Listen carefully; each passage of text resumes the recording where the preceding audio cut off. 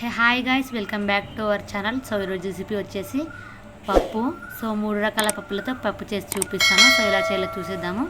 ముందుగా కుక్కర్ తీసుకుని దాంట్లో 1 కప్పు కందిపప్పు, 1 కప్పు పెసరపప్పు, 1 కప్పు ఎర్రపప్పు తీసేసుకొని మంచిగా కడిగేసుకున్న తర్వాత దాంట్లో కట్ చేసి పెట్టుకున్న టమాటో ముక్కలు, పచ్చిమిర్చి ముక్కలు వేసేసుకొని దాంట్లోనే కొంచెం పసుపు, సాల్ట్ యాడ్ చేసేసుకొని వాటర్ వేసుకొని సో పప్పు అయితే మంచిగా ఉడికించుకోవాలి.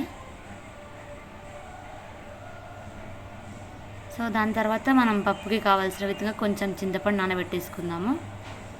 సో పప్పు అయితే ఉడికేసింది. పప్పు ఉడికిన తర్వాత మంచిగా రుబ్బేసుకోండి.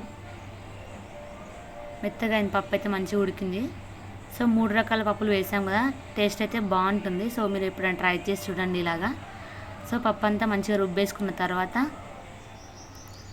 దాంట్లో కారము మళ్ళీ కొంచెం సాల్ట్ వేసేసుకోండి, కలిపేసుకోండి మంచిగా. సో అట్లానే దాన్ని పొయ్యి మీద పెట్టి మసలనివ్వండి. సో మనం ముందుగా చింతపండు నానబెట్టేసుకున్నాం కదా, సో అది గుజ్జంతా పోయేలా మంచిగా చింతపండు రసాన్ని తీసేసుకొని అందులో వేసేసుకోండి.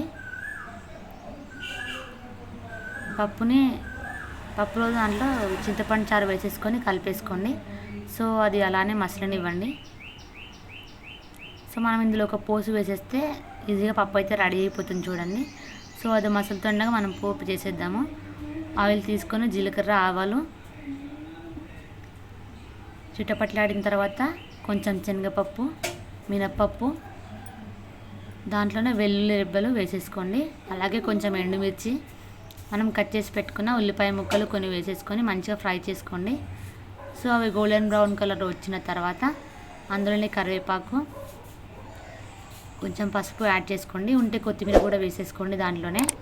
సో అది మంచిగా ఫ్రై అయిన తర్వాత ఆ పోపు పప్పులో వేసేయండి. పప్పు మసులుతూ ఉండగానే ఆ పోపు వేసేస్తే సో ఒక 5 మినిట్స్ అట్లానే మసలనిస్తే ఈజీగా పప్పు అయితే రెడీ అయిపోతుంది.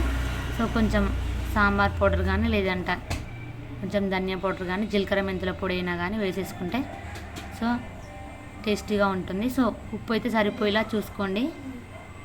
సో ఇలా ఈజీగా అయితే పప్పు రెడీ అయిపోయింది చూడండి. కాసేపు మసిలితే పప్పు రెడీ అయిపోయినట్టే. ఇందులో మనం సాంబార్ లాగా కూడా చేసుకోవచ్చు. అంటే వెజిటేబుల్స్ అన్నీ కట్ చేసుకొని ఉడికించుకొని అవి ఫ్రై చేసుకొని ఇందులో వేసేసుకోండి, అలా కూడా చేసుకోవచ్చు. సో నేను ఈజీగా చేయాల్సిన విధంగా చూపించాను పప్పు అయితే. సో ఇట్లా అట్లా కూడా చేసుకోవచ్చు. సో లాస్ట్లో కొత్తిమీర వేసుకొని కలిపేసుకుంటే అది సరిపోతుంది. సో పప్పు అయితే రెడీ అయిపోయింది చూడండి. మీరు ఎప్పుడైనా ట్రై చేయాలంటే ట్రై చేయండి. 3 రకాల పప్పులు వేసేసుకొని ఉడికించుకొని ఇలా చేసేసుకుంటే సరిపోతుంది. సో పప్పు అయితే ఈజీగా రెడీ అయిపోయింది చూడండి. పప్పు అయితే చాలా బాగుంది. సో మీరు ట్రై చేసి చూడండి ఎప్పుడైనా.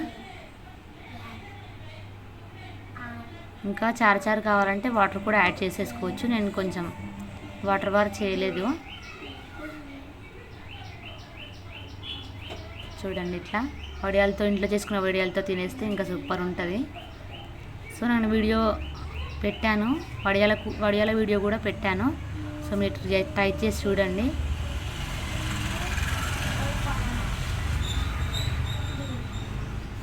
So thanks for watching.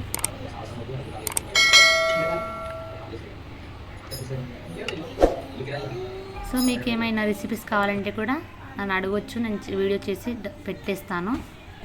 Thanks for watching. Subscribe my channel.